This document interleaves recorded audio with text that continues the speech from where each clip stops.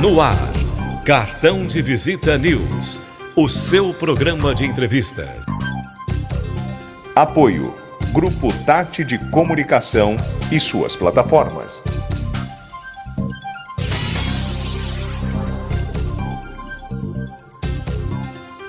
Ter um banco na palma da mão é ter mais praticidade, é ser Digimais. Pagamentos, transferências, Pix, cartão de crédito, tudo pelo app. Faça mais por você. Banco Digimais, um banco para todos. Após o sucesso do Residencial Guaporé 1, a construtora Pereira Alvim apresenta seu mais novo empreendimento em Matão. Residencial Guaporé 2. São lotes a partir de 360 metros quadrados em um residencial fechado, de altíssimo padrão e pagamento facilitado direto com a construtora. Ideal para você investir ou construir a casa dos seus sonhos. Viva com sua família no ponto mais valorizado da cidade. Com conforto, tranquilidade e completa harmonia com a natureza. Plantão de vendas no local. Ligue 0800 942 5151 e saiba mais. Residencial Guaporé 2. Seu bem viver começa aqui. Pereira Alvim. Sonhamos mais, construímos mais. Precisa fazer mais pelo seu negócio? A Soucred Mais é o parceiro certo para ajudar as pequenas empresas. Tudo de forma rápida e simples. Quer fortalecer o caixa? Peça seu microcrédito direto pelo aplicativo. Você também pode antecipar recebíveis. E ainda tem a linha especial de capital de giro para quem é MEI. Para ser grande, tenha um parceiro que faça mais por você. Soucred Mais. Baixe o app agora. Cartão de Visita News, o seu programa de entrevistas. Apoio, Grupo Tati de Comunicação e suas plataformas.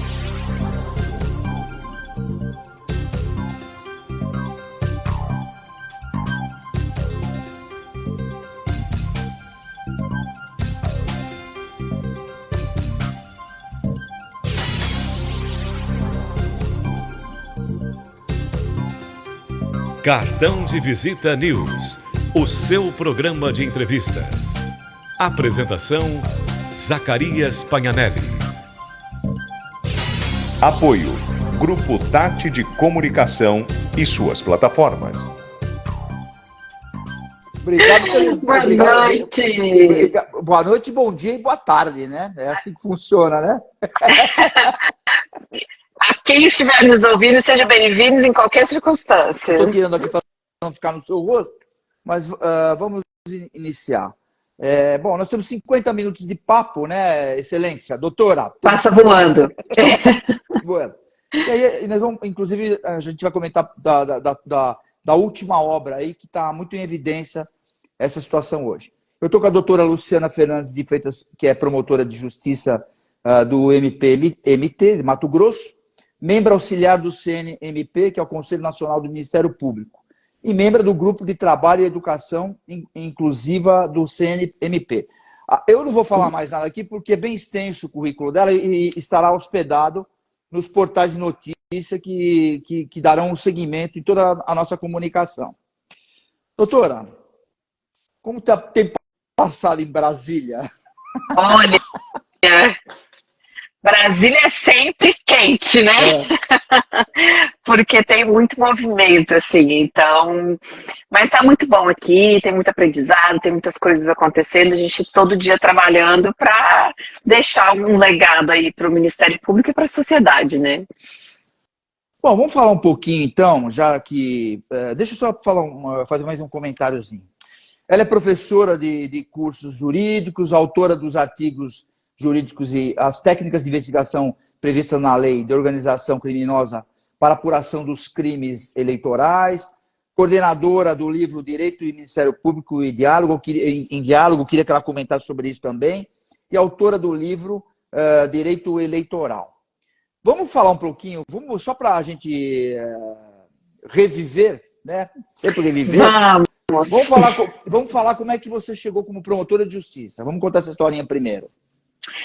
Ou essa grande história. Vai, vamos por aí. Não, por trás de um promotor de justiça, de uma promotora de justiça, sempre tem uma grande história, né? Ela nunca é... Há sempre luta, há sempre estudo, há sempre renúncia, há sempre sacrifício, né? Há sempre vitória. Então, a história nunca é pequena. Mas ser promotora de justiça é uma coisa que, na verdade, sempre me acompanhou, né? Eu sempre quis ser promotora de justiça, mas eu demorei um tempo para entender, né, essa minha vocação. E depois, fazendo a faculdade, eu inicialmente achei que eu ia querer advogar, depois, né, eu trabalhei em escritório de advocacia, depois eu fiz estágio na Defensoria Pública, eu fiz estágio com magistrados, mas aí eu entendi, depois de passar por todos, né, esses profissionais de direito, eu entendi, eu falei, não, a minha vocação, meu coração é Ministério Público, né? Então, eu comecei todos os meus empregos, né, até hoje foram empregos por concurso público.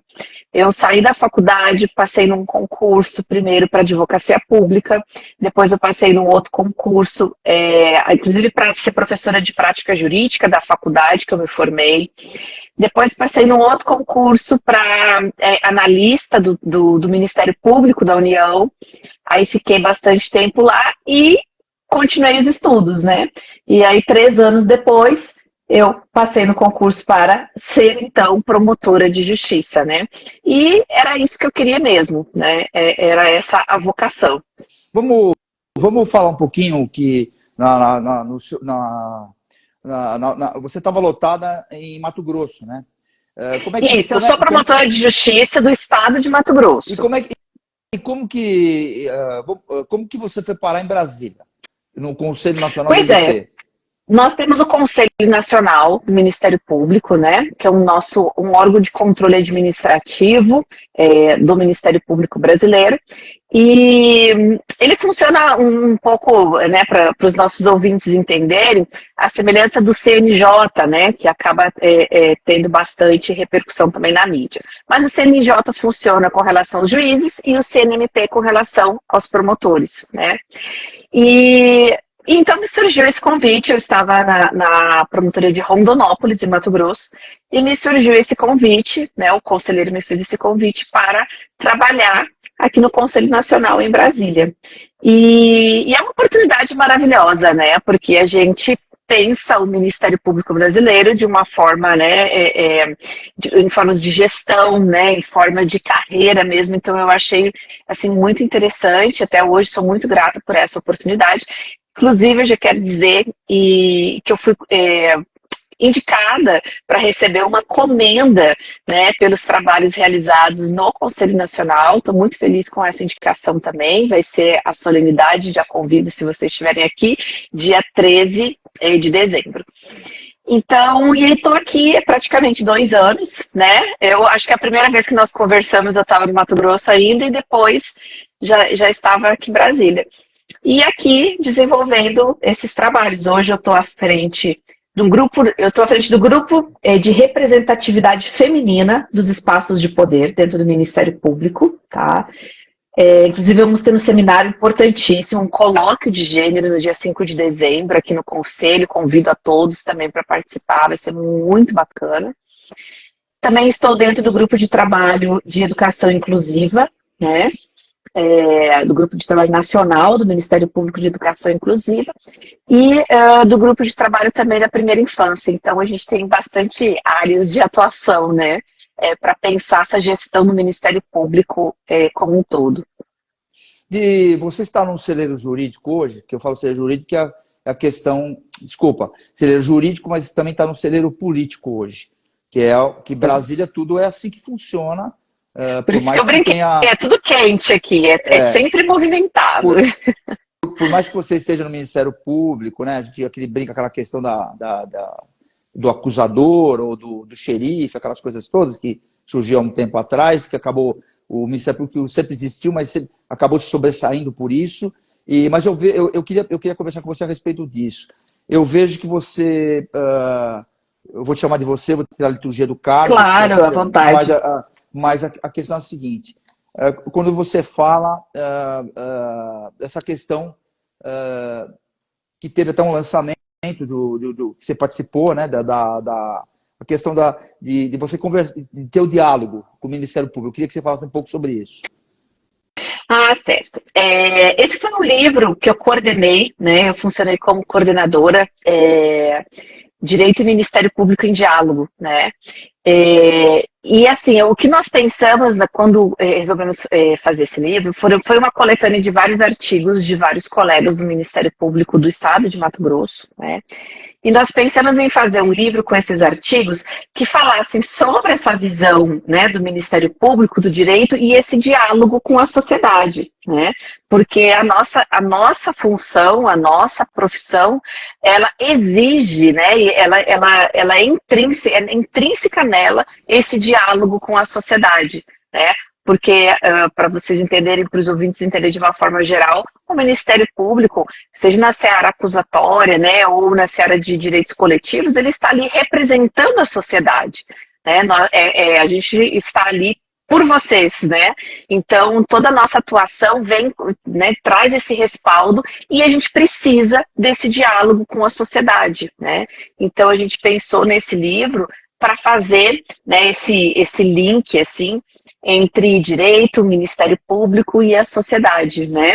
Então foi bem interessante essa coletânea de artigos de diversas áreas e ainda fizemos homenagem a um colega, uma homenagem, né, infelizmente póstuma, que ele faleceu logo quando nós entramos no Ministério Público, uns 2 anos, 3 anos depois, num acidente, né? Ele estava voltando ele é de São Paulo, inclusive, estava voltando da capital, de uma convocação que nós tivemos, e sofreu um acidente fatal. Então, nós fizemos também esse livro, e fui coordenadora, né, nessa homenagem. Essa questão do diálogo, você acha que acaba importante até para que vocês tenham uma convicção, que mude a convicção ou que seja apurada? Você acha que Claro. Existe essa relação? Eu acho que, assim, o promotor, ele nunca está isolado, ele não é uma ilha, tá? Se a nossa atuação existe, como a Constituição, né, coloca a nossa atribuição, é justamente representar a sociedade. E como que nós vamos representar a sociedade se nós não tivermos esse diálogo, né? Se nós não soubermos quais são esses anseios da sociedade, no aspecto jurídico, na atuação jurídica. Então, a gente precisa ter essa interlocução, né? Pelo menos assim, na minha atuação, e eu vejo que isso cresceu e teve uma grande proporção no Ministério Público como um todo, eu sempre gostei de ter essa aproximação com a sociedade, de ouvir as pessoas, de abrir o gabinete, de dizer, aqui é a casa de vocês, né? Porque senão eu não tenho nenhuma legitimidade, eu não sou dona da razão, né? Claro, eu tenho o conhecimento jurídico, enfim, o respaldo, o estudo, mas eu preciso entender o que está se passando nessa sociedade, né? Ter esse diálogo para legitimar a minha atuação, né? Então é muito importante essa conexão, né, com a sociedade. E aí eu já até para te dar um exemplo, essa questão do livro que nós lançamos recentemente, eu, o professor Renato Borelli, né, que é o juiz federal, a Tatiana Takeda, que é uma advogada, todos meus amigos e profissionais maravilhosos, né? Quando eu tomei posse, por exemplo, depois de ter estudado anos e, enfim, né, digamos assim, ter o conhecimento jurídico para atuar, eu nunca imaginei que eu ia me deparar com tantas situações, tantas demandas, por exemplo, com relação à saúde e à educação de crianças autistas, né? Então, para começar, então, se eu não tivesse esse diálogo, se eu não ouvisse as partes, se eu não tivesse, eu não ia, né, entender esse anseio. Então, desde o início, eu já, trabalhando, né, em promotoria de cidadania, a gente se depara com essas demandas. E posteriormente, né, eu tive uma experiência pessoal com o tema, com o autismo, e aí acabou que, né, esse ano a gente se reuniu, nos encontramos, nos conhecemos, nos encontramos e Renato, Tatiana e eu lançamos esse livro. Bom, o doutor Renato, de uma elegância, ele tem uma experiência, né? Ele mesmo comentou numa entrevista comigo, ele tem uma experiência dentro da casa dele. E aí Sim. se vê a,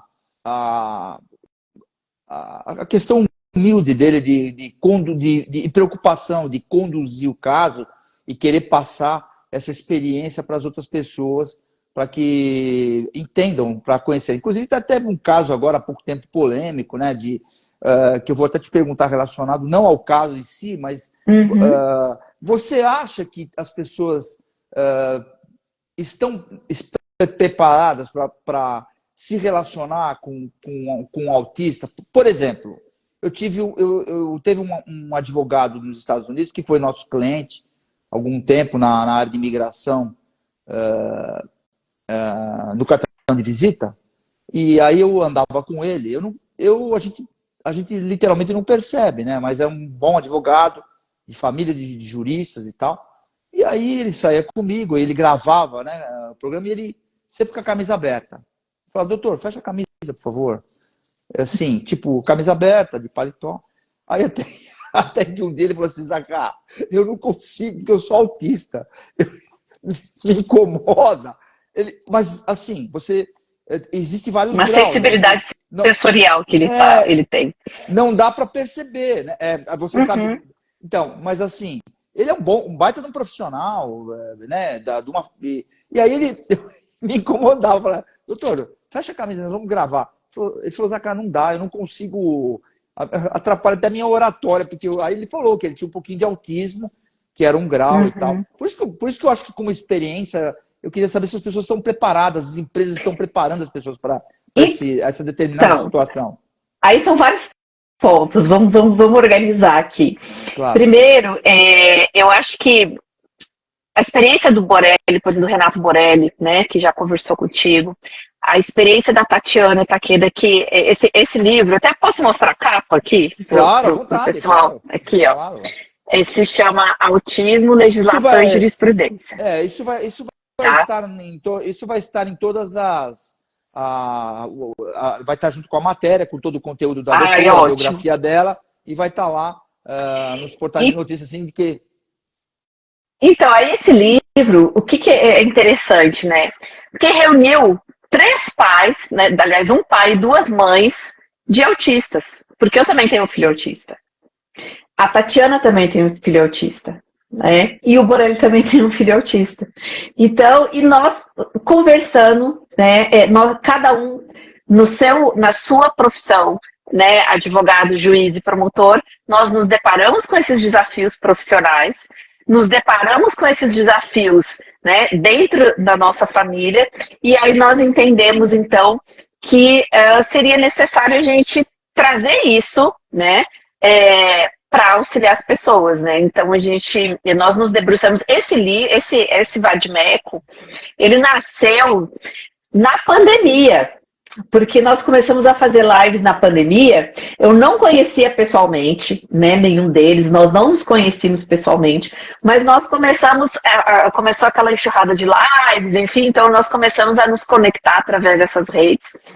E ali já começou a ideia, né, de trazer esse local, um Vadimeco, onde a gente pudesse colocar todas as leis, né, que se referem ao autismo, as decisões, né, as jurisprudenciais dos tribunais, que pudessem estar sistematizadas de forma a facilitar, tanto para as famílias que precisam saber desse conteúdo, dos seus direitos, quanto para os profissionais, né. E acabou, né, saindo esse ano, enfim, várias situações nos impediram de trazer antes, mas saiu na hora que tinha que sair, né? Então, veja que esse Vadimeco, ele traz essa conotação, tanto profissional quanto pessoal, dos 3, né? E eu acho que é isso que deixa tão bacana também esse produto, né? E olha só, com relação à convivência, a gente vê por exemplo, essa situação que tu comentou agora, né, do teu amigo que tem essa sensibilidade sensorial. O meu filho tem algumas sensibilidades sensoriais também. Enfim, isso é bastante comum dentro do espectro, né? O espectro do autismo não é igual para as pessoas, né? Então, assim, por isso que ele é chamado de espectro, né? Porque a pessoa que ela é autista, ela pode ter diversas características, umas diferentes das outras, né? Então a gente não consegue colocar numa caixinha de dizer, olha, só assim é autista, só assim é autista, só assim é autista. Ela é um leque de possibilidades, né? Então não existem autismos iguais, né? Não existem autismos iguais. A gente não, né? A medicina separa em níveis, né? Nível 1 de suporte, nível 2 de suporte, nível 3 de suporte, né? O nível 1 é o que normalmente se conhece como autismo leve, né? E o nível 2 já é um autismo mais moderado e o nível 3 seria um autismo mais severo. Então, eu acho que assim, principalmente dentro do nível 1, que a gente, né, se refere assim, a grosso modo ao autismo leve, que de leve não tem nada, porque demanda ainda de suportes, enfim, mas eu acho que nesse aí, principalmente, a gente convive muito com autistas e às vezes não sabe, como é a história, né, que contou do seu amigo. Porque são situações que eles passam, mas eles já aprenderam também a conviver com isso, né? E a gente às vezes acha esquisito, né? Acha que é uma mania, mas depois a gente vai entender que aquilo faz parte de um contexto, de um diagnóstico, né? Então, ela, 50 anos, foi diagnosticada com autismo. E aí ela conta que desde pequena ela tinha umas esquisitices, digamos assim, porque a gente chama isso de esquisitice, mas hoje a gente consegue ter um diagnóstico melhor em razão de toda a evolução, né, dos diagnósticos e, enfim, da própria medicina. Então, e aí isso também entra na questão de muitas pessoas falarem hoje, né, mas está na moda ser autista, né, já deve ter ouvido falar isso, entrou na moda, agora todo mundo é autista. Não é assim. Na verdade, existe um dado de que 1 em cada 36 crianças é autista. E com certeza tu conhece 36 crianças na tua vida, então com certeza tem uma criança, um adolescente autista na tua volta, né? Só que o que acontece antigamente... O autismo, como você falou, tem vários graus e a gente acaba não percebendo, como foi o meu caso aí. Eu acho que, inclusive, numa minoria, dependendo da situação, o cara leva numa boa porque já está acostumado e... Bom, eu não sei, eu vou te perguntar, eles têm um alto nível de inteligência e tem tem grau que você não percebe mesmo, você não percebe, você fala, tem alguma coisa diferente. Ele é um autista, assim, digo, esse cara tem uma coisa diferente, ele é um autista, a gente não sabe que ele é. É assim? Então, é exatamente esse ponto. Então, acontece que tem muitos adultos, principalmente, que na época não tinham tanto acesso a esse diagnóstico, hoje está muito mais difundido e democrático, né, esse diagnóstico de autismo, que hoje conseguem um diagnóstico tardio, que a gente chama, né, de adultos. Então, por exemplo, né, que eu falei da atriz, enfim, tem várias pessoas dentro desse contexto, que aí vão descobrir, nossa, por isso que ela é esquisitinha, de que, né, eu estou usando esse termo esquisitinha, porque foi o termo que ela usou numa entrevista, falando que ela não gostava de conversar muito com as amigas, né, e que ela vivia mais isolada, porque um dos aspectos do autismo pode ser esse, não gostar muito da interação social, né. Então, hoje nós temos muito mais condições, ferramentas, né, médicas de fazer um diagnóstico correto, né? Então, eu digo assim, quantas vezes, né, a gente se deparou quando era criança com colegas de sala de aula que às vezes a gente achava assim, nossa, que menino esquisito, né, ou que diferente, só que era até um desconhecimento nosso, né? Eu não digo assim só um preconceito, mas um desconhecimento mesmo nosso, de entender que aquela pessoa podia ser um autista, né? Então, assim, é por isso que é importante falar, a gente tem que falar com isso, a gente tem que parar de achar que é feio, que tem que esconder, gente, é uma neurodiversidade no mundo, entendeu? O mundo é democrático, então a gente tem que falar sobre isso. E ninguém tem que ter vergonha se a pessoa é autista, né? É uma condição que ela tem, né? Se a pessoa tem um filho autista, é uma condição que o filho tem, então a gente tem que falar, tem que democratizar, tem que, né? Até pra gente conviver, que aí entra no que tu fala, a gente precisa conviver, as pessoas precisam conviver, né? Então a gente tem que conviver também. E ele tem que conviver conosco. Imagina eu falo assim, às vezes, do autista é cobrar um grau de maturidade tão grande, porque ele tem que entender as condições dele e ainda tem que tentar se adaptar ao nosso mundo, digamos assim, e conviver conosco, enquanto que é a gente que tem que, né, também ter essa abertura. Então, o mundo precisa abrir um pouco a caixinha, né? A gente precisa aprender a ver o próximo e todo mundo conviver. Por isso que eu nem gosto do nome inclusão, né? Eu acho que a inclusão, quando a gente fala em inclusão, depende de exclusão. Inclusão, você já está indo. Você já está indo.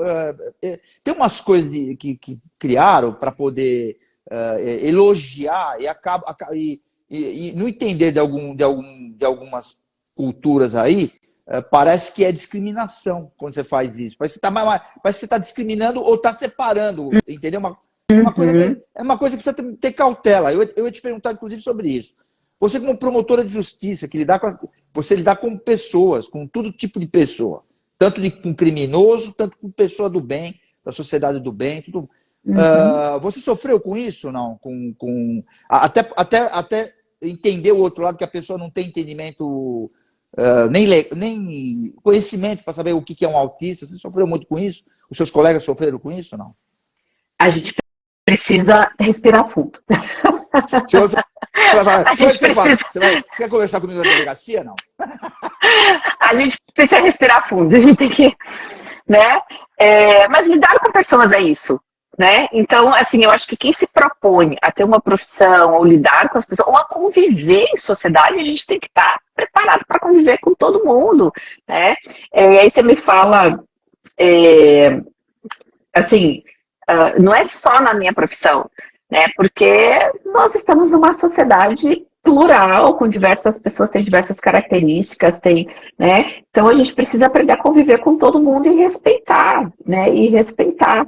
Então hoje eu acho muito interessante, por exemplo, quando a gente tem sessões de cinema, por exemplo, específicas para autistas. Vou te dar um exemplo aqui de casa. Meu filho, ele adora cinema. Ele adora cinema, só que ele tem hipersensibilidade auditiva, né? Então, assim, ele se incomoda muito com alguns tipos de barulho, né? Então, a barulho, por exemplo, de muitas pessoas, né? Ele se incomoda, assim, um pouco, né? Claro que ele já aprendeu, ele é terapeutizado, como ele diz, já faz tempo. Ele teve um diagnóstico precoce, então com 2 anos eu já tive o diagnóstico dele. Hoje ele tem 8, então você já vê que ele tem 6 anos fazendo terapia. Então, né? Hoje ele já consegue manejar muito bem algumas situações. Mas barulhos incomodam ele. Então, essas sessões são importantes. Por quê? Porque ele consegue assistir o filme, que ele gosta de assistir filme, mas ao mesmo tempo respeitando aquela condição dele que é de não ter aquele barulho, aquele zum, zum, zum que tem no cinema, no início, na entrada, pipoca, shopping, né? Aquilo é muito para ele, sabe? Aquilo é uma hipersensibilidade auditiva. Quer ver outro exemplo? Que esses dias a gente passou no aeroporto, essa hipersensibilidade auditiva dele, sabe quando passa aqueles carrinhos do aeroporto para levar as malas, que o pessoal passa recolhendo, faz um barulhão aqui. E só que assim, por exemplo, eu como, né, uma neurotípica, digamos assim, aquele barulho vai e volta e é um barulho. Para ele, é um barulho que incomoda demais. E aí eu comecei a perceber que aquilo de fato é um barulho grande. Né? Porque a gente, como neurotípico, a gente nem se dá conta. A próxima vez que você for no aeroporto, você vai perceber. Como a gente conversou aqui, você vai entender. Então, é um barulho bem estrondoso mesmo. E ele se incomoda, ele faz um vidinho, sabe? Então, né? Tem essas idades. E a gente tem que conviver. Né? Essa questão de vocês pais, por exemplo, no seu caso, você pensa, fala, amor, mas como vai ser o meu filho daqui a um tempo? Como que eu vou trabalhar? O que ele vai fazer? Como que eu vou trabalhar em cima disso? Se acontece alguma coisa, quem vai cuidar? Passa isso pela cabeça de vocês. A gente passa por essas situações. Uma vez eu até conversando com o Renato Borelli sobre isso, né? Nós falamos assim, que a gente encara as coisas hoje com algumas coisas diferentes, assim. Todo mundo tem medo de morrer, né? Assim, medo, receio, não quer, nem pensa, né? Para evitar esses desgostos, assim, que a gente vive, né? Como diz Sartre, com a ilusão da vida eterna, né?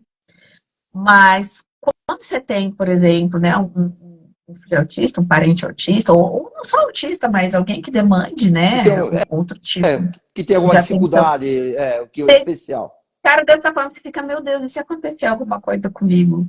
Quem Como que cuida? vai, né? Então você encara também com esse receio, né? Aí até ele falava assim para mim, ele falava assim, nossa, meu maior medo hoje, né, de morrer não é o morrer, é deixar, né, os meus filhos, assim. Então, porque demanda uma atenção, demanda toda, né, uma demanda as terapias, né? Mas, enfim, a gente tem que prepará-los também, né, para esse mundo. Principalmente, eu acho que assim, ó, no autismo nível 1, né, que é o que todo mundo conhece como leve, o que acontece? Vamos voltar aqui um pouquinho só para Vamos lá. dentro, como se a gente fala de eu estou fazendo assim, não é pela minha hipersensibilidade, tá? É porque é para não desligar o meu, o meu fone de ouvido. Como a gente conhece o autismo dentro desse espectro, o que aconteceu? Antigamente, algumas síndromes eram separadas. Então, por exemplo, síndrome de Asperger, já deve ter ouvido falar, né, sobre essa síndrome. Então, a síndrome de Asperger tem umas características específicas, tem uma síndrome de Rett, tem várias outras, né? E hoje se coloca tudo isso dentro desse espectro, tá? Então, uma pessoa que, por exemplo, foi diagnosticada com síndrome de Asperger, por exemplo, há uns 10 anos atrás, que ainda tinha esse diagnóstico, essa CID, por assim dizer, hoje está dentro de um espectro de autismo. Então, está dentro da CID do autismo, né? Inclusive, é exatamente a situação do meu filho, ele tem síndrome de Asperger, digamos, né? O diagnóstico inicial tinha sido esse. Aí, depois, com a mudança, que teve mudança há aproximadamente uns 4 anos, colocou todas essas síndromes dentro do espectro do autismo, né? E aí, todas elas demandam terapias. E essas terapias, quando a gente fala, é o quê? É terapia ocupacional, que, aliás, um profissional que eu não imaginava nem para que ele servia, e hoje eu tenho o maior respeito, que é justamente para auxiliar nessas questões sensoriais, né? Ele faz normalmente, né, normalmente eu falo dentro de um espectro autista, ele vai fazer terapia ocupacional, vai fazer psicopedagogia, ele vai fazer a terapia mesmo, né, clínica, digamos assim. Pode ser diversos tipos de terapia, né, a psicologia, vai fazer ecoterapia, então tem várias, né, situações. Então veja que, como o Dr. Salomão Schwartzman mesmo fala, e é o prefaciador do nosso livro, inclusive, o diagnóstico é caro e difícil, e as terapias são caras e difíceis. Então, não é nada fácil a vida, né, de familiares e de um autista, né, aqui no país. Então, é muito complicado, porque para fazer o diagnóstico de autismo, seja qual for o nível, né, ele não é assim, entrei no consultório, fiz uma consulta, pronto, saí com o diagnóstico. Não tem um exame que vai detectar ali na hora, tá, apareceu aqui, é autista. Então, já para o próprio diagnóstico, você demanda aí uns 6 meses, 1 ano, né? 1 ano de sessões múltiplas, de múltiplas especialidades para poder chegar efetivamente nesse diagnóstico, né? Então, assim, por isso que, né, o Dr. Salomão fala, o diagnóstico já não é fácil e não é barato, porque você soma aí 1 ano de sessões de diversos profissionais, né? E depois as terapias que tem que continuar também, né, são caras. Então, não é fácil a vida, né, dos familiares. Eu entrevistei com a semana passada a doutora Luciana, que é sua colega também, que é sua xará, Sim. Que é do direito médico. E a gente vê muitas questões relacionadas a isso. Você teve algum tipo de problema com o direito médico relacionado ao autista? Ou é bem reconhecido nos planos médicos hoje? Não, A questão dos planos de saúde são bem eu complicados, imagino. tá? Por quê?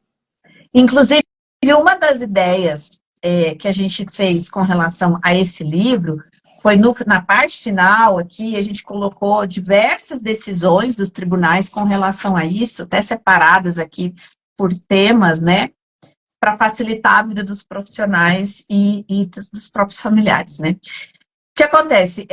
Os planos de saúde, eles, no início, eles sempre tentavam limitar essa cobertura, né? A cobertura Eu imagino, eu estou passando por isso também, é impressionante, impressionante. tenta limitar a cobertura. Então, dizer, não, no máximo tantas sessões por ano, né? No máximo tantas sessões por mês, ou essa aqui a gente não cobre, ou só cobre, né, de determinado profissional, que aí você vai lá não tem mais agenda. Então, assim, são vários percalços, né, que acabam se sucedendo. E, poxa vida, a gente paga um plano de saúde caro, né? Plano de saúde hoje não existe plano barato, né? Então, tinha isso. Aí uma das mudanças, inclusive com relação à nossa legislação, que eu falei anteriormente, das CIDs, por exemplo, a maioria dos planos de saúde até cobria, né, o autismo, mas não cobria o Asperger, por exemplo. Deixava lá naquelas letrinhas miúdas das apólices, né, colocava lá que não era coberto. Aí, né, agora com essa unificação dos diagnósticos, isso facilitou bastante, né, a vida das demais síndromes. Mas, enfim, essa questão jurídica, né? Então, não é fácil a cobertura, né, do plano de saúde. Aí, normalmente tem que se demandar, então tem que fazer pedidos, aí vai para o judiciário, pede um pedido liminar, né, para poder o plano de saúde custear aqueles... Você pede liminar, a gente sabe que é óbvio que tem jurisprudência de monte, que são juntados em vários tipos de doença, em vários tipos de situação, e eles são, eu vou dizer, eles são atrevidos, que eles vão recorrendo, eles vão ganhando tempo, perde na primeira, perde na segunda, recorre para o STJ e vai ganhando. Isso aí parece um terrorismo contra o paciente, sabe?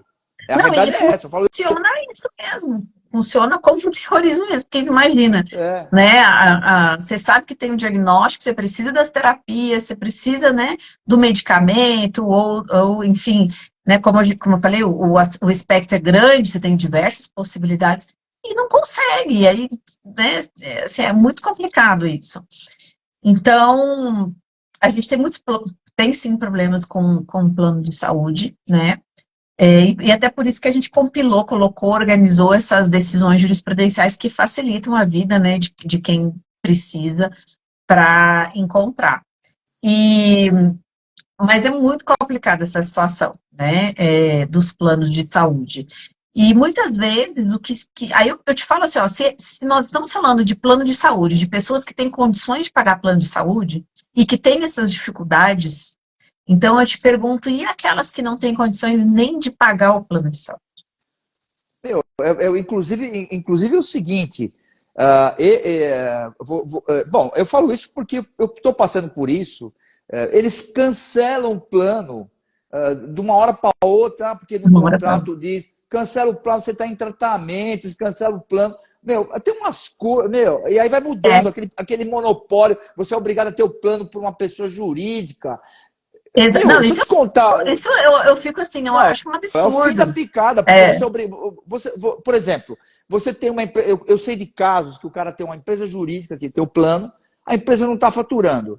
Aí ele paga a pessoa física. Ele declara como pessoa física, está irregular, ele tem que pagar. Aí a Receita Federal pega, ele tem que pagar multa. Você não acredita as coisas que passam, que chegam na gente aqui relacionadas a isso.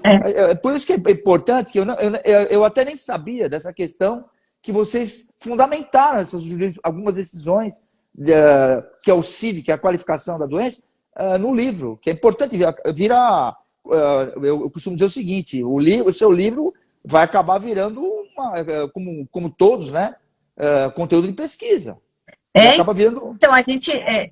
por isso que demorou também, e eu vou te falar uma coisa, a gente fazendo essa pesquisa, o Renato, a Tatiana, nós analisando as decisões, a gente tem legislação, Nós temos a Lei Brasileira de Inclusão, a gente tem, com relação ao autismo, a gente tem a Lei Berenice-Piana, nós temos legislação, né, para regulamentar. Só que é um tema tão árido ainda, né, de discussão, de conhecimento, porque envolve essa questão científica também, né, de saber um pouco sobre o autismo, que as próprias decisões judiciais, às vezes, elas não vêm fundamentadas com a lei. Elas só pegam lá um princípio da Constituição, ok, às vezes concede, né, o que tem que conceder, mas nem as decisões conseguem, né, trazer efetivamente ali os artigos das leis, né, colocar, fazer essas distinções, né, autismo nível 1, nível 1 de suporte, nível 2, nível 3, porque ainda, né, é um tema que precisa ser muito explorado para as pessoas se apropriarem desse tema e passar a conviver melhor com isso, né? A gente ainda tem, eu digo assim, que na sociedade a gente ainda tem aquele não me toque com relação ao autismo e a deficiências, né? Existem pessoas com deficiências e a gente vai conviver com elas e elas vão conviver conosco e tá tudo bem, a sociedade é plural, né? Então, assim, e aí a gente ainda tem, né, aquela coisa, ai, não fala que ele tá numa cadeira de rodas. Não tem porquê, tá numa cadeira de rodas, a gente fala com a pessoa que tá numa cadeira de rodas, né? Então, assim, sabe, eu ainda vejo muito isso, esse tipo de comentário, né, de preconceito, né? Ah, não chega muito perto que ele é autista, sabe? Como se fosse, assim, Doutora, mostra mais uma vez o livro aí, eu queria, porque nós temos pouco tempo. Já? E não, imagina, já estamos. Eu queria te. Onde que a gente encontra o seu livro? O lançamento foi em Brasília. Ele está na editora Ridel, tá? Eu vou aproximar aqui. É uma editora bastante conhecida no mundo jurídico por trazer já vade-mecums, né? Vade-mecum é o quê? É uma compilação de leis, né? Por assunto. E já vem aqui. O livro vai servir para quem? Qual é o público? Todos. Para o pai todo mundo autista que trabalha com autismo. O pai autista, o advogado, o médico, o professor, né? Todos esses que precisam saber. Eu recebo muito, por exemplo, aqui no Instagram, mensagens às vezes de professores, né? Falando assim, doutora, eu te acompanho aqui e tal, e eu queria saber isso, porque eles também não sabem para onde recorrer para saber as dúvidas, né? Com relação à parte pedagógica. Então, esse livro é para todo mundo que trabalha com esse tema, né? Porque é um tema multifacetado, ele está em diversas áreas, na saúde, na educação, né? No dia a dia, no transporte, enfim. Então, aqui a gente colocou todos os direitos dos autistas, as legislações que falam sobre ele, as decisões jurisprudenciais, né? Feito uma pesquisa, está separado por assunto, então fica mais fácil, né? Por exemplo, para quem não é da área, né? Encontrar aqui, ó. Concurso público, pessoa com deficiência, tempo adicional. Então, a pessoa, né? Eu sou um autista, eu tenho direito à vaga de pessoa com deficiência em concurso público. Então, já acha por aqui, né? Então, a gente pensou desta forma. Bom, eu quero lhe fazer uma outra pergunta, que eu sei que você tá muito integrada, inclusive nas redes sociais. Você fala muito isso, a gente já conversou isso outra vez. Vai fazer um ano que eu a entrevistei de Miami. Isso mesmo. Falou.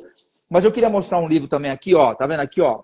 Esse livro aqui é o Pós-Verdade Fake News. Eu entrevistei faz alguns dias atrás o doutor Márcio Cristino, que se especializou, inclusive, no crime organizado hoje, ele é procurador criminal de justiça de São Paulo. E ele me mandou esse livro. Eu quero agradecer.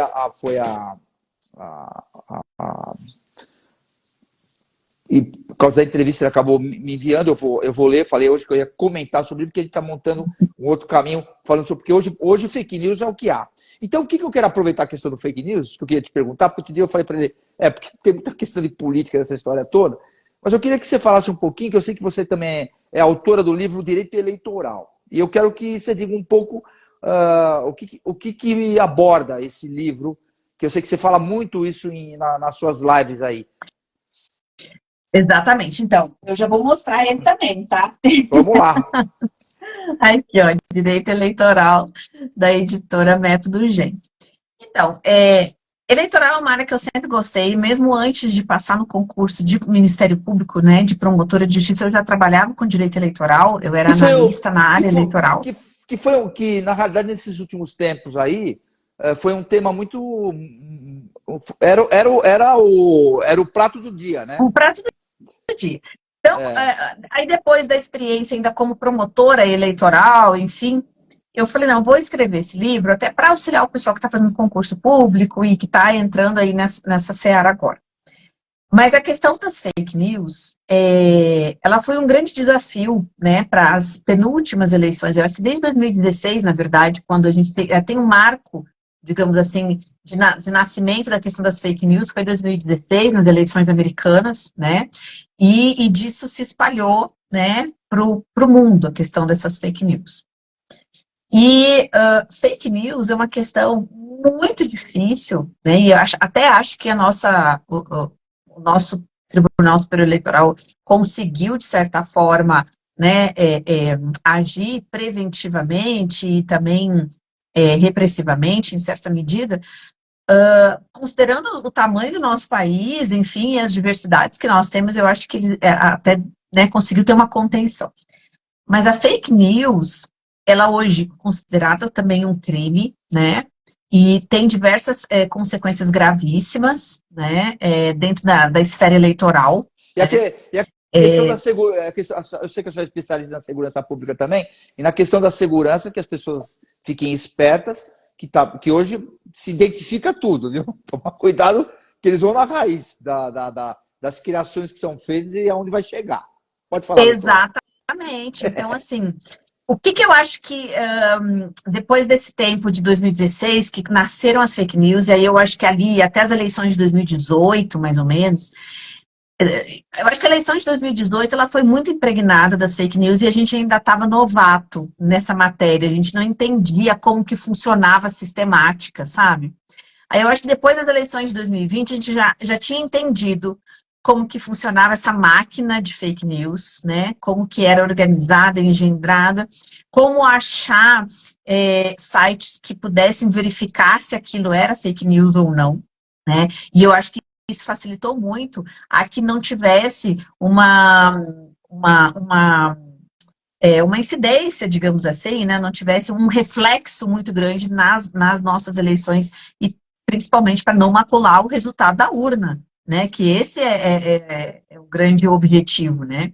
Então, eu acho que agora nós estamos num momento com relação às fake news que somos nós, os cidadãos, que precisamos tomar consciência de que a gente tem que analisar aquela informação, aquela divulgação, que é nossa responsabilidade saber. Opa, estão falando aqui que o meu candidato fez isso, isso e isso, mas será que fez? Ou o contrário, aquele fulano lá não presta, porque olha o que ele fez, chamou não sei o quê, fez não sei o quê, deu dinheiro para não sei aonde. Então, peraí, analisa para ver. E tem como, né, gente? Hoje, com um toque aqui no celular, você encontra os sites que analisam se aquilo é ou não fake news, né? Então, acho que hoje está muito mais em uma responsabilidade ética nossa, de cada cidadão, de ir atrás e verificar. Porque a gente já sabe como que funciona a máquina, né, o aparato de segurança pública, o aparato policial, o aparato do Tribunal Superior Eleitoral, já conseguiu mapear isso e já consegue ter instrumentos, né, para fazer frente à questão das fake news. Mas eu acho que, principalmente, agora somos nós, cidadãos, que precisamos, né, tomar consciência de que fake news existe e tomar consciência de que a gente precisa saber se aquilo efetivamente é ou não, né? E é muito fácil hoje se saber se aquela notícia é ou não fake news. Só que a gente tem que, né, ter essa consciência, né? Porque é muito fácil cair em fake news, mas tudo que receber de informação ali tem que pesquisar. Bom, deixa inclusive sobre autismo, a gente vai de uma matéria a outra, de eleitoral também tem muita fake news. Muito. Então a gente precisa saber, né? Eu estou com a doutora Luciana Fernandes de Freitas, que é promotora de justiça do MP do Mato Grosso e membro auxiliar do CNMP, que é do Conselho Nacional do Ministério Público. Membro do Grupo de Trabalho e Educação Inclusiva do Conselho Nacional. Doutora, eu gostaria de... Hoje é o dia... Eu sou grato né? Hoje eu tenho da ação de graça. Ação de graças. Eu vi o seu post lá e falei assim, não, eu vou agradecer. Sou grato que a senhora esteja aqui comigo, passando esse conteúdo. Por vocês me convidaram. Sou grato também que a senhora esteja conseguindo aí, com a sua experiência pessoal, a orientar as pessoas e, por incrível que pareça, somar, né, como promotora pública também, que também é o seu papel social de fazer. Então, eu queria te agradecer. E eu vou te fazer a última pergunta e vou encerrar literalmente. Para quem a doutora Luciana entrega o cartão de visita? Essa perguntinha. Eu queria fazer igual o santinho de eleição, sabe? Jogar meu cartão. Mas olha, como a gente falou muito sobre a questão do autismo hoje, né, desse livro, enfim, eu quero entregar o meu cartão, ainda quero pessoalmente fazer isso, ao Dr. Salomão Schwartzman. Vou deixar hoje essa... Eu conheço, né, eu conheço pessoalmente. Conhece pessoalmente? Olha, eu ainda quero ter esse prazer. Inclusive tem uma matéria que eu fiz dele, eu pessoalmente com ele, em São Paulo, na Associação dos Advogados, e em Brasília também. Olha, então, eu ainda quero ter esse prazer. Por quê? Porque eu acho que ele teve uma contribuição enorme para a sistematização, para o estudo sério, para a pesquisa do autismo no Brasil, né? E eu acho que isso contribuiu muito para o desenvolvimento geral sobre a questão do autismo aqui, né? A melhoria dos diagnósticos, a questão, inclusive, da legislação, porque sem conhecimentos a gente, né, não consegue evoluir. Então, eu acho que ele teve essa grande contribuição. Tem diversos outros também, mas eu me refiro a ele porque foi, eu acho que, né, bastante pioneiro nessa área. Então, eu acho que a ele a gente deve uma grande parcela desse desenvolvimento, né, do tema aqui no nosso país, e inclusive os demais, que hoje são bastante expoentes aqui no Brasil, todos se referem a ele, porque realmente, né, ele foi bastante pioneiro nisso. Então, hoje eu deixo essa... falamos muito sobre o tema de autismo, então hoje eu deixo esse meu cartão para ele. Eu quero agradecer, sinta-se abraçada, excelência. Eu também, muito obrigada, por todo o carinho, e eu quero dizer o seguinte, me acolher aqui. Imagina, eu que te agradeço, eu quero dizer o seguinte, quando a gente fala em pessoa especial, essas coisas, eu acho que especial são vocês que trabalham para que essas pessoas consigam entender esse mundo nosso aqui, entendeu? E passar por várias adversidades que devem passar, eu acredito nisso, mas eu acho que as coisas estão, eu acredito, e as coisas estão se consertando, né? Porque se você for pensar friamente, quem não está na situação, vê que isso interfere num monte de coisa, até na sua vida pessoal, acredito que se não tiver habilidade para lidar, pode até ter problema também. Então, assim, eu que agradeço, espero que todos aí aproveitem essas informações aí desse livro, desse conteúdo que vocês se juntaram, hein? Que são também pessoas especiais, tá? Obrigada, muito obrigada e boa noite, bom dia ou boa tarde. Exatamente. De ação de graças para todo mundo. Eu quero agradecer a elegância do Grupo Tati de Comunicação, suas multiplataformas, por aceitar nosso conteúdo sempre. Eu quero também agradecer a sua direção e você aí para estar sempre em disponibilidade, que está em Brasília agora aí. Logo, logo a gente vai se encontrar aí. Muito obrigado, doutora. Até Amém. mais. Muito obrigada. Beijo para todos. Até mais. Agradeço. Tchau, tchau. Precisa fazer mais pelo seu negócio? A Soucred Mais é o parceiro certo para ajudar as pequenas empresas. Tudo de forma rápida e simples. Quer fortalecer o caixa? Peça seu microcrédito direto pelo aplicativo. Você também pode antecipar recebíveis. E ainda tem a linha especial de capital de giro para quem é MEI. Para ser grande, tenha um parceiro que faça mais por você. Soucred Mais. Baixe o app agora. Após o sucesso do Residencial Guaporé 1, a construtora Pereira Alvim apresenta seu mais novo empreendimento em Matão. Residencial Guaporé 2. São lotes a partir de 360 metros quadrados em um residencial fechado, de altíssimo padrão e pagamento facilitado direto com a construtora. Ideal para você investir ou construir a casa dos seus sonhos. Viva com sua família no ponto mais valorizado da cidade. Com conforto, tranquilidade e completa harmonia com a natureza. Plantão de vendas no local. Ligue 0800 942 5151 e saiba mais. Residencial Guaporé 2. Seu bem viver começa aqui. Pereira Alvim. Sonhamos mais, construímos mais. Ter um banco na palma da mão é ter mais praticidade, é ser Digimais. Pagamentos, transferências, Pix, cartão de crédito, tudo pelo app. Faça mais por você. Banco Digimais, um banco para todos. Cartão de Visita News, o seu programa de entrevistas. Apoio Grupo Tati de Comunicação e suas plataformas.